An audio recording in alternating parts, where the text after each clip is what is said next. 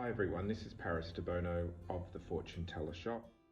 I've been a professional fortune teller now since 1990, and the majority of my work and professional experience has been in Sydney, Australia, where I'm from, hence the Aussie accent. However, in 2020 I decided to move to Malta and spend a year in Europe, and I've noticed quite a big difference in culture here to Sydney. Sydney's a very multicultural country and multi-religious country as well, whereas Malta is much more concentrated in the Catholicism and the Catholic side of things. So I've noticed there's a lot of religious people, especially the older generation. So being a tarot reader and a fortune teller is sort of at odds with the majority of the way people think here. So the other day I was thinking about the Bible, and I was thinking about the tarot cards as well. And both the Bible and the tarot is about enlightening people, helping them on their spiritual journey, helping them to understand themselves and other people around them.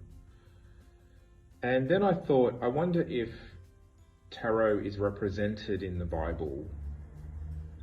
So I went and Googled tarot in the Bible, and these are some of the things that I found in the Bible. I went through the 22 major arcana of the tarot, and I actually found there was a connection to each card in the Bible somewhere. So I put this video together, and I'm just going to comment on each card as we go through the Bible. So the first one is the Fool, card number 0. And it says here, who is called a fool in the Bible? The first person then God calls a fool is the one who says God does not exist. And it goes on from there. Now, the second one is the Magician, which is card number 1. Simon Magus, also known as Simon the Sorcerer or Simon the Magician. So he was a magician. I'm going to find out a bit more about him. He sounds very interesting. The High Priestess, Mary Magdalene, who was often kissed by Jesus, was a high priestess of the temple of Ishtar. So she was actually a high priestess that worshipped the goddess Ishtar, which is the Babylonian goddess of love and war. This is very fascinating. So now we have the Empress.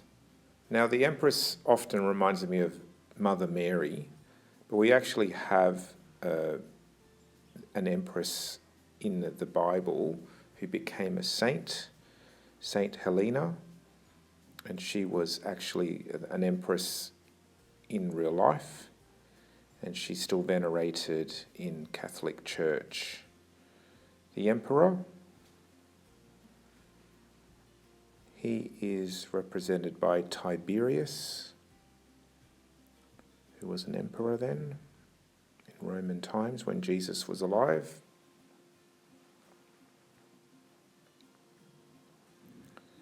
The Hierophant, or the Pope,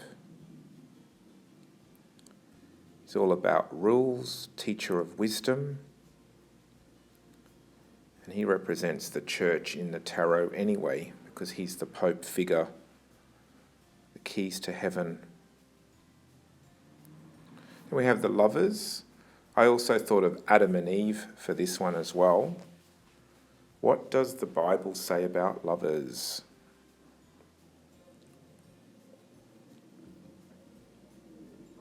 Adam and Eve were the original lovers, I suppose. The Chariot, chariots of fire. Very interesting iconography with the chariot.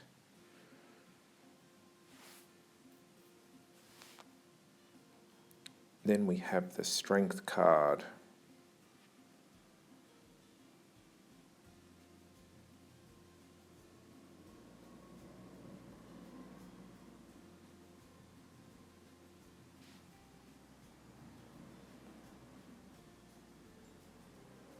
The hermit reminds me of the hermits that used to write the actual Bible. They were the scribes often, and they lived away from the population and away from temptation. We have the wheel as well. So the wheel in the Bible, Ezekiel saw the wheel. Ezekiel saw the wheel in the sky. Justice, law and order.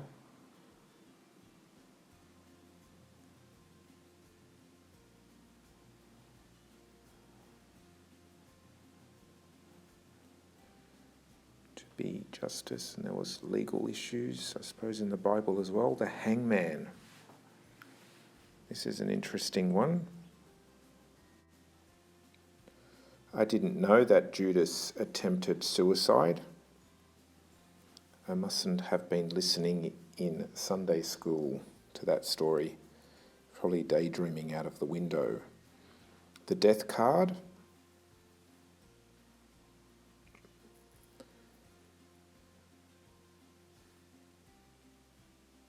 All these different revelations in the Bible. The temperance card.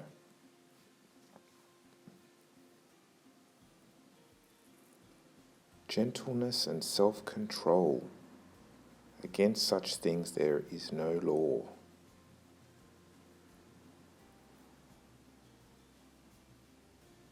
The devil, the famous devil card.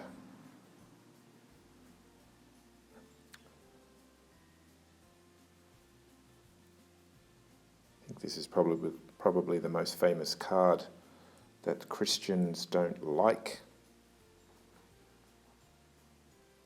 So much written about the devil.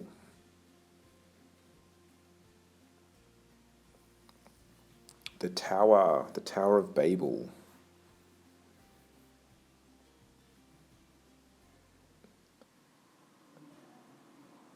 Or Babylonia.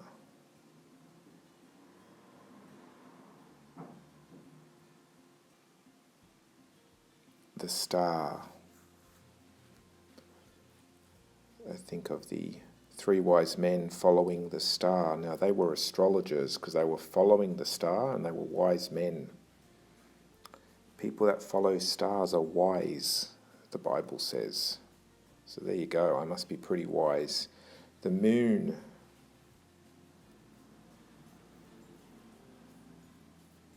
What does the Bible say about the moon?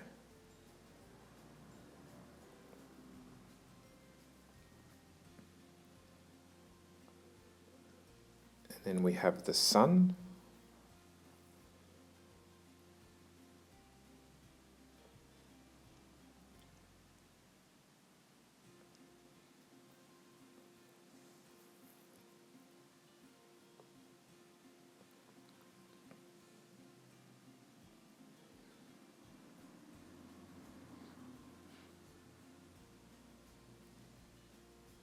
We have judgment day.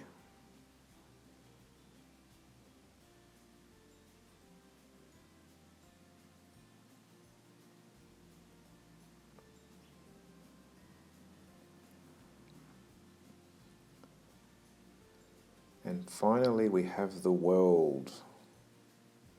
God created the world.